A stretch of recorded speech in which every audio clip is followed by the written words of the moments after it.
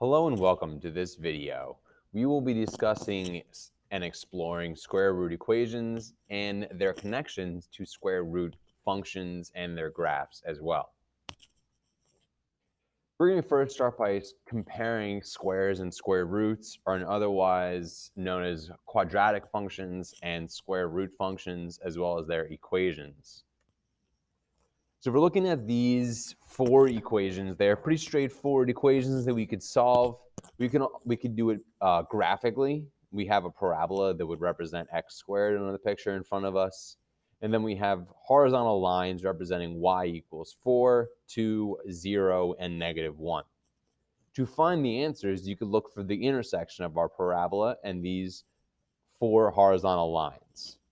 So we wanted to write in our mark on our graph where they would be. So we have our first equation, our 2 points. So we would have positive and -2, or plus or minus 2 is a way to write that. For our second one, we have our 2 plotted points.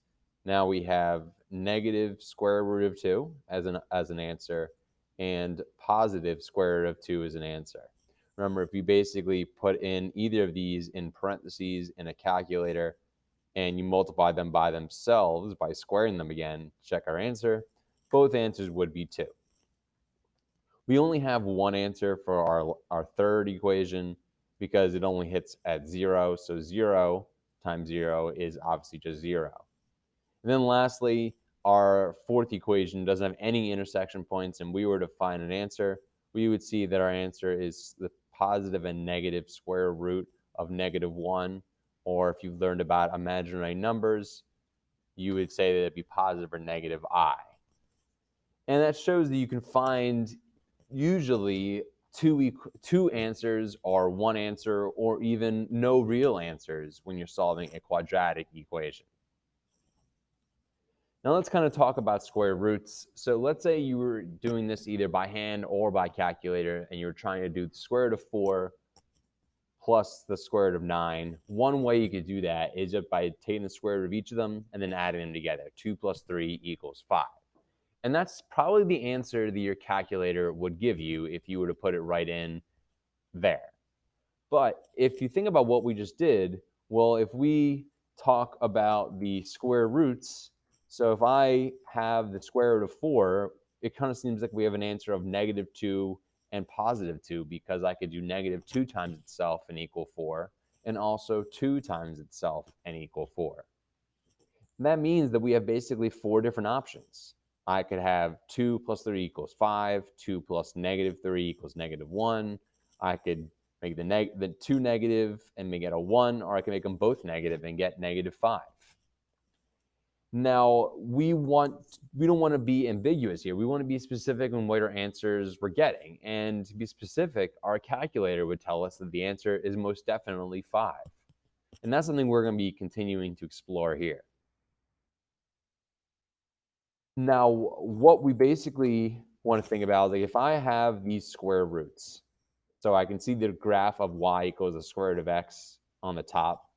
Now, if I could take the square root of 4 and get, say, 2 and 2, like we saw earlier, the square root of 4 could equal 2, and it could also equal -2 if we think about those equations we just solved earlier. And if that was the case, we would have two different answers on this bottom graph, which is really the same thing as the top, including the bottom part of it.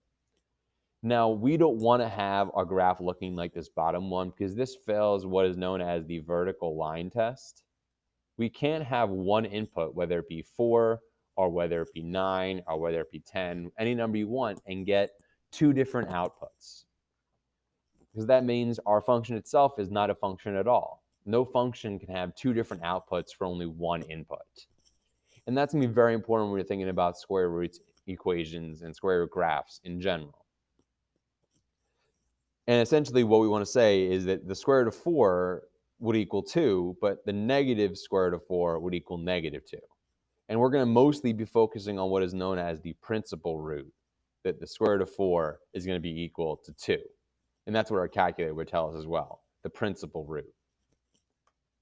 If we compare our square root graph and our quadratic graph from last chapter, we could fill in a table for our square root graph. So the answers would be 1, 2, 3, and then 4. And we could put in a square root of 12, which would be between 3 and 4, and square root of 20 would be between 4 and 5. And we could plot them on this top left graph and have the points on this smooth curve we see in front of us. Now, if we wanted to graph a quadratic, we basically would be taking this same table and flipping it around, where our y values would be the top row and our x values would be the bottom row, and that would be the right half of this quadratic graph.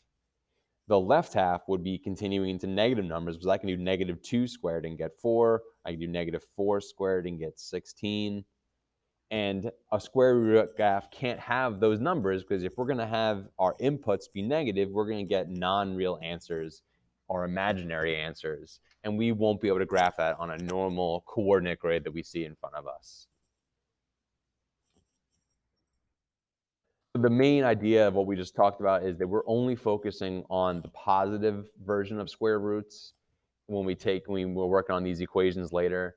And we want to make sure that we remember that if we were talking about the negative version, like if we did negative square root of 9, that would equal negative 3. But if you see the square root of 9, that would just equal 3 in our purposes for this chapter. Now, if we wanted to solve some of these equations as practice, so for this first one, 1a, I would do the square root of x squared and the square root of 7, and I would get the positive and negative square root of 7, because I can square both of those and get to the original. And that means that I can have two different inputs getting two outputs, which is okay. And two different inputs are allowed to go to to the same output, because that's how parabolas work. But if I am solving the square root of y, I want to basically remember that they're kind of opposites of each other. And I would basically square the y, square that square root and square 7. So the only answer I'd be getting would be, for y, would be positive 49. As a secondary reason why this may not work is that with the negative 49, is if you try to do square root of negative 49, as like if you think the negative 49 would be one of your answers, well, that's going to give you an imaginary number or a non-real answer as a result in your calculator. If I see something like the square root of z equals negative 7, I don't even bother needing to solve it. But let's say that I did. I would see that z is equal to 49. But the square root of 49, we now know the principal root would tell us that the answer is 7. So whenever you see the square root of something equal to a negative number, you can kind of say right away that there's not going to be a solution, because 49 is not a real answer here in actuality. Now we're gonna skip over this review for now, but if you want to pause the video and check your answers for this, you can go ahead and do that right now.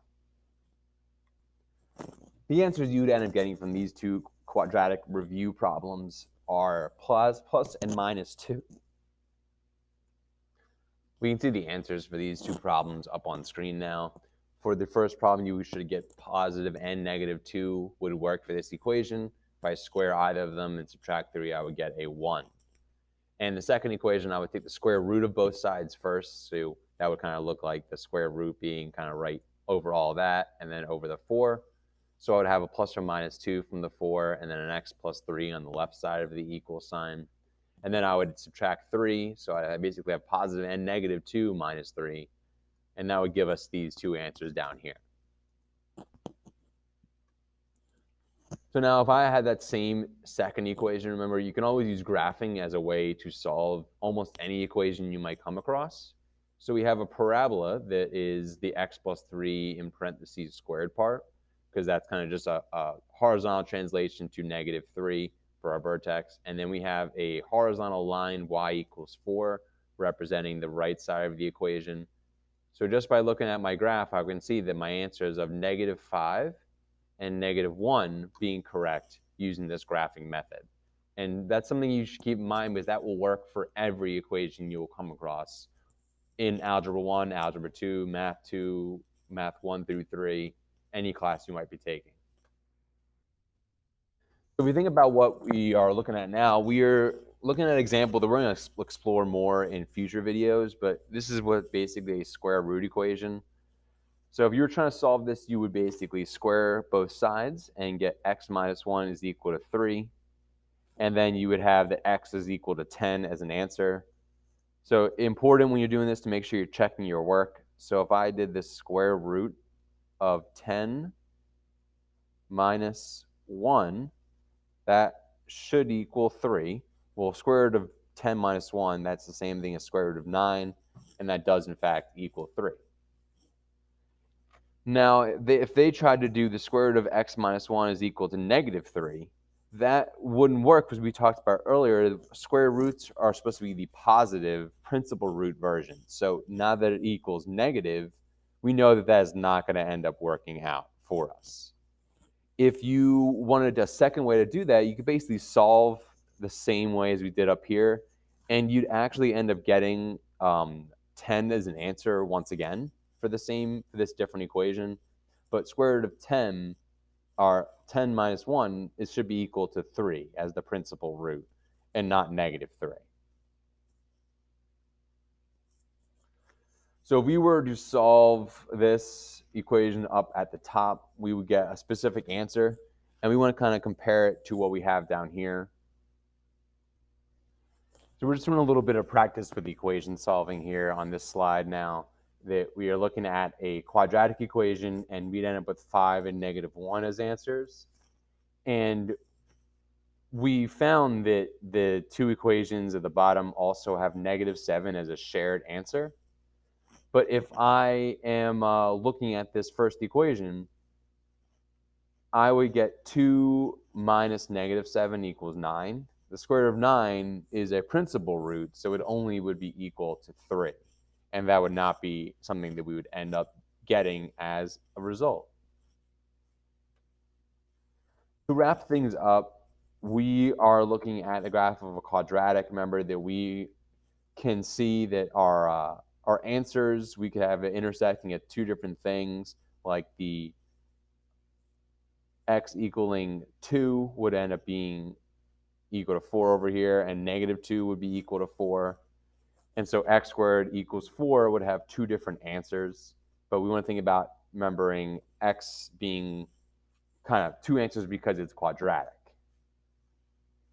But if we have a square root equation, we could solve it for an answer as our steps here, and that 36 would definitely work as an answer. But if we are solving an equation like one see in front of us here, the square root of t plus 6 equals 0 doesn't have any solutions because we can't have two positive numbers being added together to equal 0. Also, as a kind of an added note, if we graphed square root of t plus 6 and graphed y equals 0, though that flat line and that square root function wouldn't actually intersect anywhere, and that would mean that there are no places where t would be, especially 36, where it would make this equation work. Very important to check your solutions in radical equations.